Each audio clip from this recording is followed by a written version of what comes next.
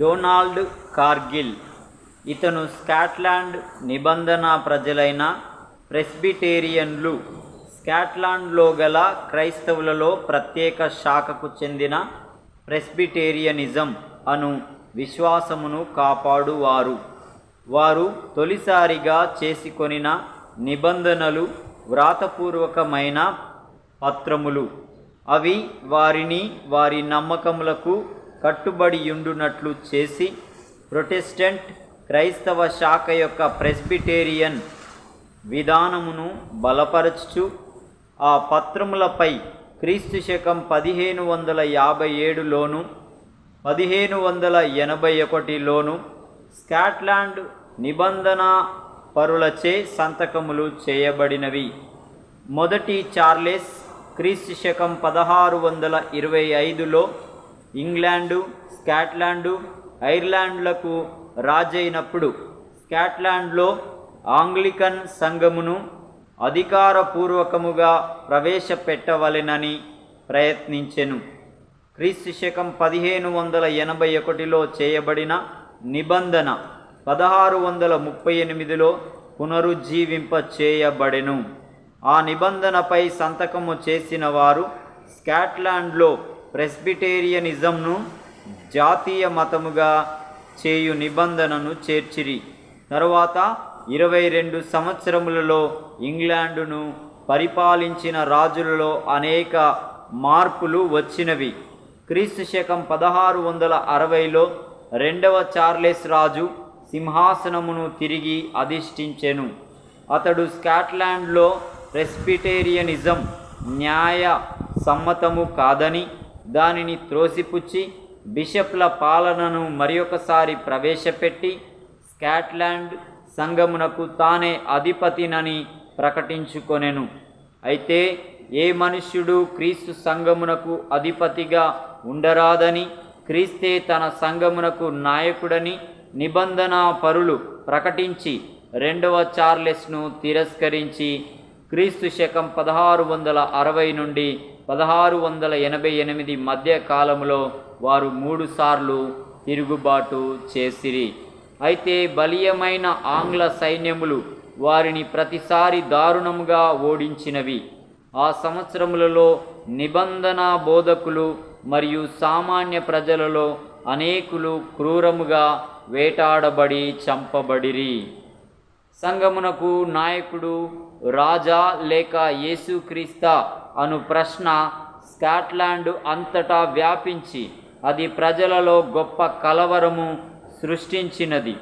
క్రీస్తు శకం 1662 నవంబర్ నెలలో నిబంధన పరులైన బోధకులలో ఒకడైన డొనాల్డ్ కార్గిల్ను స్కాట్లాండ్ నుంచి బహిష్కరించిరి.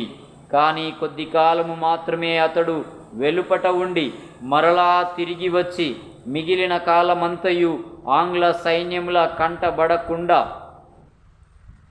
గడిపెను. అతడును ఇతర నిబంధన పరులు పట్టబడక ముందు వారు దాగియున్న స్థలము నుండి బయటకు వచ్చి అనేక పట్టణములలో సువార్త ప్రకటించి మరలా వెళ్ళి దాగుకొనుచుండిరి. ఒకసారి క్రీస్తు శకం 1679 జూన్లో సువార్త ప్రకటించుచుండగా కార్గిల్ను ఆంగ్ల సైనికులు తీవ్రముగా గాయపరచిరి.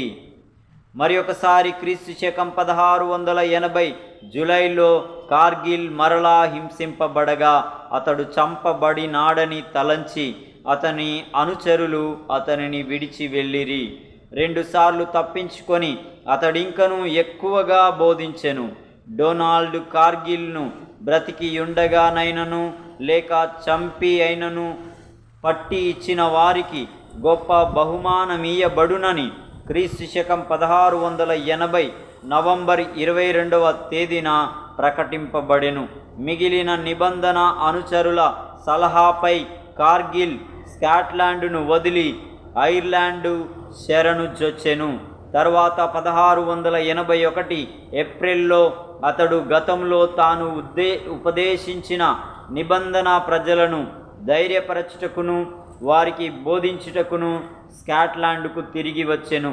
నిబంధన ప్రజలు ఆంగ్ల సైన్యమునకు వ్యతిరేకముగా అనేక యుద్ధములు చేసిన స్థలమైన దక్షిణ స్కాట్లాండ్లోని లానార్క్షైర్ పట్టణంలోని దేవాలయంలో జూలై 10వ తేదీన కార్గిల్ తన అత్యుత్తమమైన ఉపదేశమును బోధించెను.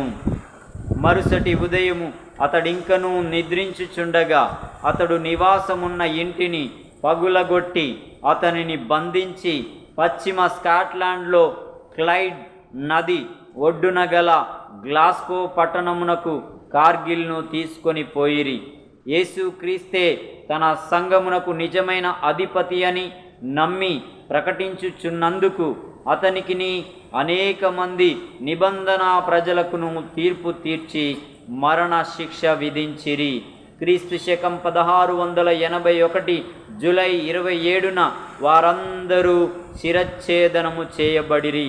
కార్గిల్ శిరచ్ఛేదనము చేయబడు ప్రదేశములోని నిచ్చెన పైకెక్కి గతంలో బోధించుటకు వేదిక పైకి ఎక్కిన దానికంటే భయము వేదన లేకుండా ఈ నిచ్చెన పైకి ఎక్కుచున్నానని ప్రభువునకు తెలియను అనెను. కారణమేమిటో తెలియదు, కానీ హంతకుడు బహుగా వణుకుచు కార్గిల్ తలను ఒక్క వేటుకు నరక లేకపోయెను. అనేక సార్లు అతడు కార్గిల్ మెడవైపు పిచ్చిగా ఊగిపోవచ్చు. చివరకు అతని తలను శరీరము నుండి వేరు చేసెను. కార్గిల్ తన జీవితము ద్వారా మరణము ద్వారా ప్రభువును ఎంతగానో ఘనపరచినందున అతడు దేవుని ఎదుట నిలిచెను. 7 సంవత్సరముల తరువాత రోమన్ కేథలిక్ రాజైన 2వ జేమ్స్ సింహాసనము నుండి క్రీస్తు శకం 1688లో పడద్రోయబడి డచ్ ప్రొటెస్టెంట్ అయిన 3వ విలియం రాజుగా వచ్చి తిరిగి ప్రెస్బిటేరియన్ సంఘమును స్కాట్లాండ్లో స్థాపించెను. ఇవి వింటున్న సహోదరి సహోదరులారా, ప్రభువును ప్రకటించినందుకు హింసకు గురి అయి శిరచ్ఛేదనము చేయబడి హతసాక్షి మరణము పొందిన ఈ యొక్క గొప్ప దైవజనుడైన డొనాల్డ్ కార్గిల్ దేవుని ఎదుట ఉన్నతమైన బహుమానము పొందుటకు లోకం మీద బ్రతికినప్పుడు సజీవయాగముగా, సాక్షిగా, నమ్మకమైన వ్యక్తిగా బ్రతికి మనకు మాదిరిగా నిలిచి ఉండగా, మనము రాబోయే తరానికి మాదిరిగా ఉండాలి అంటే మనము దేవుని కొరకు తెగింపు, రోషము, పౌరుషము కలిగి బ్రతుకుదాం. దేవుని యొక్క ఉద్దేశాలను మన వంతు మన తరములలో నెరవేర్చుదాం. దేవుడు మిమ్మును దీవించునుగాక. ఆమేన్.